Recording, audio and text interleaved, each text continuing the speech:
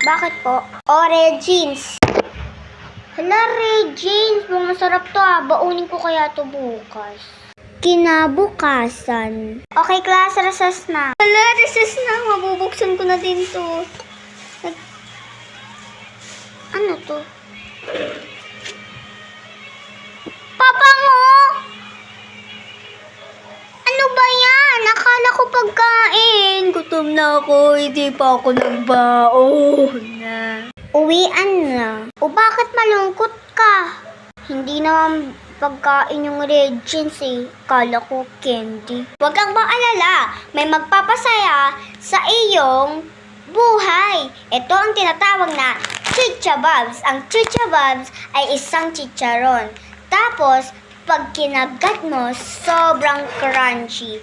Ito ang steps para makain mo siya ng pinakamasarap. First, ilagay sa kanin. Second, ilagay ang chicharon sa kanin.